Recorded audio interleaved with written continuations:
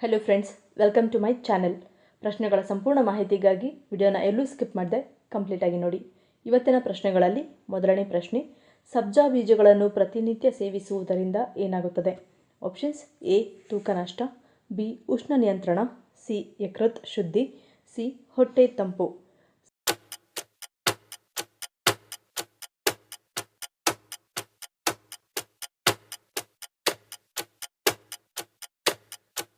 ಸರಿಯಾದ ಉತ್ತರ option B, ಉಷ್ಣ ನಿಯಂತ್ರಣ. ಸಬ್ಜಾ ಬೀಜಗಳು 2 ಚಮಚಗಳನ್ನು ತೆಗೆದುಕೊಂಡು 4 ರಿಂದ 5 ಗಂಟೆಗಳ ಕಾಲ ನೀರಿನಲ್ಲಿ ನೆನೆ ಹಾಕಿ ಚೆನ್ನಾಗಿ ನೆನೆದ ನಂತರ ಸಿಹಿಗಾಗಿ ಕೆಂಪು ಸಕ್ಕರೆ ಬೆರೆಸಿ ಸೇವಿಸುವುದರಿಂದ ಕ್ರಮೇಣ ಉಷ್ಣತೆ ಕಡಿಮೆಯಾಗುತ್ತದೆ. ಸುಸ್ತು, ತಲೆನೋವು, ಮೈಕೈಗಳಲ್ಲಿ ನೋವು, ಕಾಲು ಪಾದ ಮತ್ತು ಕೈಗಳಲ್ಲಿ ಅತಿಯಾದ ಉಷ್ಣತೆಯ ಅನುಭವ ಹೀಗೆ ಅನೇಕ ತೊಂದರೆಗಳಿಂದ ನಮ್ಮನ್ನು ರಕ್ಷಿಸುತ್ತದೆ. ಎರಡನೇ ಪ್ರಶ್ನೆ, ಪುರುಷರು ಸೋರೆಕಾಯಿಯನ್ನು ನಿಯಮಿತವಾಗಿ ಸೇವಿಸುವುದರಿಂದ ಏನಾಗುತ್ತದೆ? Options: A. ಸ್ನಾಯು ಬೆಳವಣಿಗೆ, ಬಿ. ದಷ್ಟಪುಷ್ಟ ದೇಹ, ಸಿ. ದೇಹ ಶಕ್ತಿ, ಡಿ. ಹೆಚ್ಚು ಪುಂಸತ್ವ.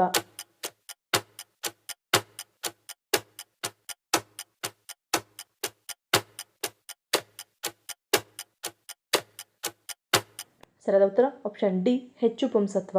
ಪುರುಷರು ಹೆಚ್ಚಾಗಿ ಸೋರೆಕಾಯಿಯನ್ನು ಸೇವಿಸುವುದರಿಂದ ಅವರಲ್ಲಿ ಪುಂಸತ್ವ ಅಂದರೆ ಪುರುಷತ್ವ ಜಾಸ್ತಿಯಾಗುತ್ತದೆ. ಮೂರನೇ ಪ್ರಶ್ನೆ, ನಿಯಮಿತವಾಗಿ ಒಣದ್ರಾಕ್ಷಿಯನ್ನು ಸೇವಿಸುವುದರಿಂದ ಯಾವ ಅಂಗವನ್ನು ರಕ್ಷಿಸುತ್ತದೆ ಮತ್ತು ಅಪಾಯವನ್ನು ತಡೆಯುತ್ತದೆ? Options: A. Liver, B. ಕಣ್ಣು, ಸಿ. ಹೃದ್ರೋಗ, ಡಿ. ಶ್ವಾಸಕೋಶ.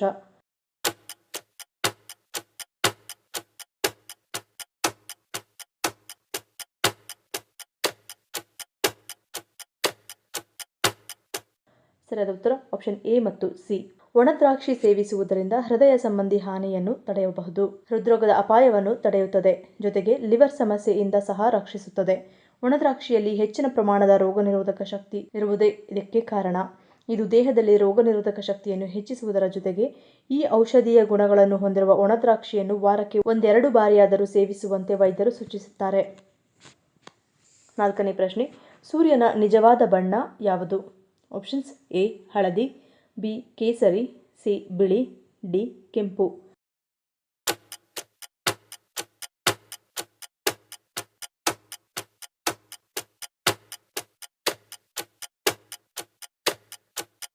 ಸರಿಯಾದ ಉತ್ತರ ಆಪ್ಷನ್ ಸಿ, ಬಿಳಿ. ಸೂರ್ಯನ ನಿಜವಾದ ಬಣ್ಣವು ವಾಸ್ತವವಾಗಿ ಬಿಳಿಯಾಗಿರುತ್ತದೆ, ಆದರೆ ವಾತಾವರಣದ ಚದುರುವಿಕೆಯಿಂದಾಗಿ ಭೂಮಿಯ ಮೇಲ್ಮೈಯಿಂದ ನೋಡಿದಾಗ ಹಳದಿ ಅಥವಾ ಕಿತ್ತಳೆ ಬಣ್ಣದಲ್ಲಿ ಕಾಣುತ್ತದೆ. ಐದನೇ ಪ್ರಶ್ನೆ, ಚರ್ಮದ ಬಣ್ಣವನ್ನು ಹೆಚ್ಚಿಸಲು ಮತ್ತು ಸೌಂದರ್ಯವನ್ನು ವೃದ್ಧಿಸಲು ಯಾವುದನ್ನು ಸೇವಿಸಬೇಕು? Options: A. ಸೇಬು, ಬಿ. ಸಪೋಟ, C. Dragon fruit, D. Beetroot.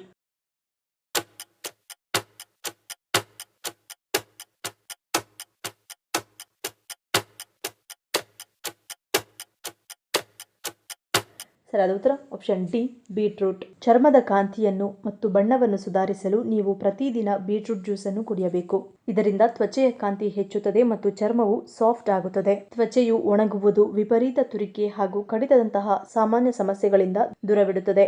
ನಿಮ್ಮ ಮುಖದ ಮೇಲಿನ ಕಲೆಗಳು ಮತ್ತು ಮೊಡವೆಗಳು ನಿವಾರಣೆಯಾಗಬೇಕೆಂದರೆ ಬೀಟ್ರೂಟ್ ಜ್ಯೂಸನ್ನು ಕುಡಿಯಬೇಕು. ಇದು ಉರಿಯೂತದ ಲಕ್ಷಣಗಳಿಂದ ಸಮೃದ್ಧವಾಗಿದ್ದು ತ್ವಚೆಯ ಎಲ್ಲಾ ಸಮಸ್ಯೆಗಳನ್ನು ಗುಣಪಡಿಸುತ್ತದೆ.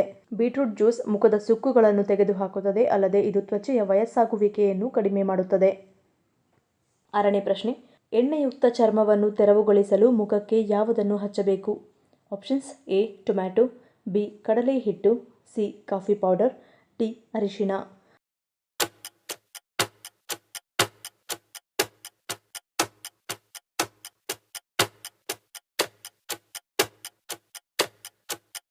ಸರಿಯಾದ ಉತ್ತರ ಆಪ್ಷನ್ ಎ.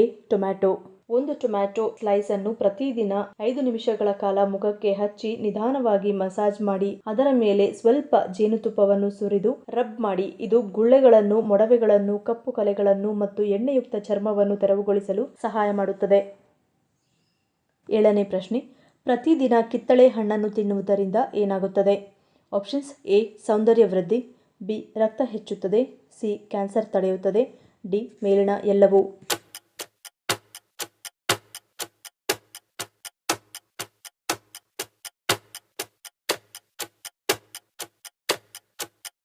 ಸರಿಯಾದ ಉತ್ತರ ಆಪ್ಷನ್ ಸಿ. ಕ್ಯಾನ್ಸರ್ ತಡೆಯುತ್ತದೆ. ಪ್ರತಿದಿನ ಒಂದು ಕಿತ್ತಳೆ ಹಣ್ಣನ್ನು ತಿನ್ನುವುದರಿಂದ ರೋಗನಿರೋಧಕ ಶಕ್ತಿ ಹೆಚ್ಚುತ್ತದೆ, ರಕ್ತದೊತ್ತಡ ನಿಯಂತ್ರಣಕ್ಕೆ ಬರುತ್ತದೆ, ಕೊಲೆಸ್ಟ್ರಾಲ್ ಕಡಿಮೆಯಾಗುತ್ತದೆ ಹಾಗೂ ಕ್ಯಾನ್ಸರ್ ಅನ್ನು ತಡೆಗಟ್ಟುತ್ತದೆ. 8ನೇ ಪ್ರಶ್ನೆ, ನಿಯಮಿತವಾಗಿ ನಮ್ಮ ಆಹಾರದಲ್ಲಿ ಸೋರೆಕಾಯಿಯನ್ನು ಬಳಸುವುದರಿಂದಾಗುವ ಪ್ರಯೋಜನವೇನು? Options: A. ಮೂಳೆ ಬಲ, ಬಿ. ಜೀರ್ಣಶಕ್ತಿ ವೃದ್ಧಿ, ಸಿ. ತೂಕ ನಷ್ಟ, ಡಿ. ಮೇಲಿನ ಎಲ್ಲವೂ.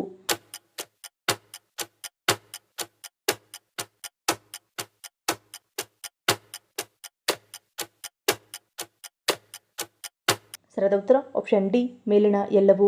ನಿಯಮಿತವಾಗಿ ನಮ್ಮ ಆಹಾರದಲ್ಲಿ ಸೋರೆಕಾಯಿಯನ್ನು ಬಳಸುವುದರಿಂದ ಚರ್ಮ ಮತ್ತು ಕೂದಲಿನ ಆರೋಗ್ಯವನ್ನು ಸುಧಾರಿಸುತ್ತದೆ, ಜೀರ್ಣಕಾರಿ ಆರೋಗ್ಯವನ್ನು ಉತ್ತೇಜಿಸುತ್ತದೆ, ಮೂಳೆಗಳನ್ನು ಬಲಪಡಿಸುತ್ತದೆ, ತೂಕವನ್ನು ಕಳೆದುಕೊಳ್ಳುವಲ್ಲಿ ಸಹಾಯ ಮಾಡುತ್ತದೆ ಮತ್ತು ದೇಹವನ್ನು ನಿರ್ವಿಷಗೊಳಿಸುತ್ತದೆ.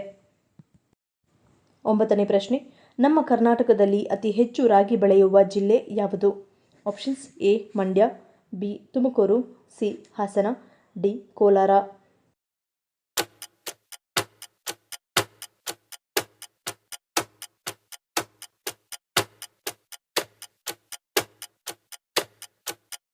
ಸರಿಯಾದ ಉತ್ತರ ಆಪ್ಷನ್ ಬಿ ಮತ್ತು ಸಿ.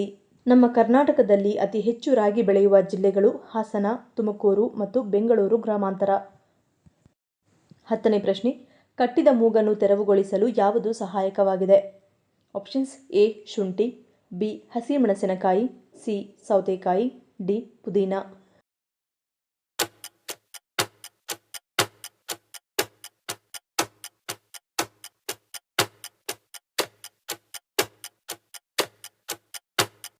ಸರಿಯಾದ ಉತ್ತರ ಆಪ್ಷನ್ ಬಿ. ಹಸಿಮೆಣಸಿನಕಾಯಿ. ಹಸಿಮೆಣಸಿನಕಾಯಿಯಲ್ಲಿರುವ ಕ್ಯಾಪ್ಸೈಸಿನ್ ಮೂಗು ಮತ್ತು ಸೈನಸ್ ಲೋಳೆಗಳ ಮೇಲೆ ಉತ್ತೇಜಕ ಪರಿಣಾಮ ಬೀರುತ್ತದೆ. ಕ್ಯಾಪ್ಸೈಸಿನ್ ಪೊರೆಗಳ ಮೂಲಕ ರಕ್ತದ ಹರಿವನ್ನು ಉತ್ತೇಜಿಸುವುದು, ಲೋಳೆಯ ಸ್ರವಿಕೆಯು ತೆಳುವಾಗುವುದು, ನೆಗಡಿ ಮತ್ತು ಸೈನಸ್ ಸೋಂಕುಗಳನ್ನು ಎದುರಿಸಲು ಉತ್ತೇಜಿಸುವುದು. ಮುಂದಿನ ಪ್ರಶ್ನೆ, ಯಾವ ಸಮಯದಲ್ಲಿ ಬಾಳೆಹಣ್ಣು ತಿನ್ನುವುದು ಆರೋಗ್ಯಕ್ಕೆ ಒಳ್ಳೆಯದು? Options: A. ಬೆಳಗ್ಗೆ, ಬಿ. ಮಧ್ಯಾಹ್ನ, ಸಿ. ಖಾಲಿ ಹೊಟ್ಟೆಯಲ್ಲಿ, ಡಿ. ರಾತ್ರಿ.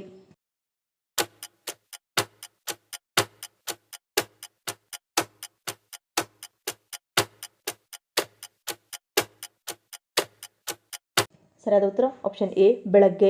ಪೊಟ್ಯಾಷಿಯಂ, ಫೈಬರ್ ಮತ್ತು ವಿಟಮಿನ್ ಬಿ6 ಮತ್ತು ಸಿ ನಂತಹ ಪೋಷಕಾಂಶಗಳು ಬಾಳೆಹಣ್ಣಿನಲ್ಲಿ ಉತ್ತಮ ಪ್ರಮಾಣದಲ್ಲಿ ಕಂಡುಬರುತ್ತವೆ. ಇವುಗಳನ್ನು ತಿನ್ನುವುದರಿಂದ ರಕ್ತದಲ್ಲಿನ ಸಕ್ಕರೆ ಮತ್ತು ಹಸಿವಿನ ಮಟ್ಟವನ್ನು ಸುಧಾರಿಸುತ್ತದೆ. ಬೆಳಗಿನ ಉಪಹಾರದಲ್ಲಿ ಬಾಳೆಹಣ್ಣು ತಿನ್ನುವುದು ಉತ್ತಮ, ಆದರೆ ಬೆಳಗಿನ ಉಪಹಾರವಾಗಿ ಬಾಳೆಹಣ್ಣು ತಿನ್ನುವುದು ಸರಿಯಲ್ಲ. ಅನೇಕ ಜನರು ಬೆಳಗಿನ ಉಪಹಾರಕ್ಕಾಗಿ ಬಾಳೆಹಣ್ಣನ್ನು ಮಾತ್ರ ತಿನ್ನಲು ಇಷ್ಟಪಡುತ್ತಾರೆ, ಆದರೆ ಅದು ತಪ್ಪಾದ ಅಭ್ಯಾಸ. ಉಪಹಾರದೊಂದಿಗೆ ನೀವು ಬಾಳೆಹಣ್ಣು ತಿನ್ನಬಹುದು, ಏಕೆಂದರೆ ಬಾಳೆಹಣ್ಣು ಬಹಳಷ್ಟು ಕಾರ್ಬೋಹೈಡ್ರೇಟ್ಗಳು ಮತ್ತು ನೈಸರ್ಗಿಕ ಸಕ್ಕರೆಗಳನ್ನು ಹೊಂದಿರುತ್ತದೆ. ಇದನ್ನು ಮಾತ್ರ ಸೇವಿಸುವುದರಿಂದ ರಕ್ತದಲ್ಲಿನ ಸಕ್ಕರೆಯ ಮಟ್ಟವನ್ನು ಹೆಚ್ಚುವಂತೆ ಮಾಡುತ್ತದೆ. ಮುಂದಿನ ಪ್ರಶ್ನೆ, ಮಹಿಳೆಯರು ಶುಕ್ರವಾರ ತಲೆ ಸ್ನಾನ ಮಾಡುವುದರಿಂದ ಏನಾಗುತ್ತದೆ? Options: A. ಮಂಗಳಕರ, ಬಿ. ಅಮಂಗಳ, ಸಿ. ಶುಭ, ಡಿ. ಅಶುಭ.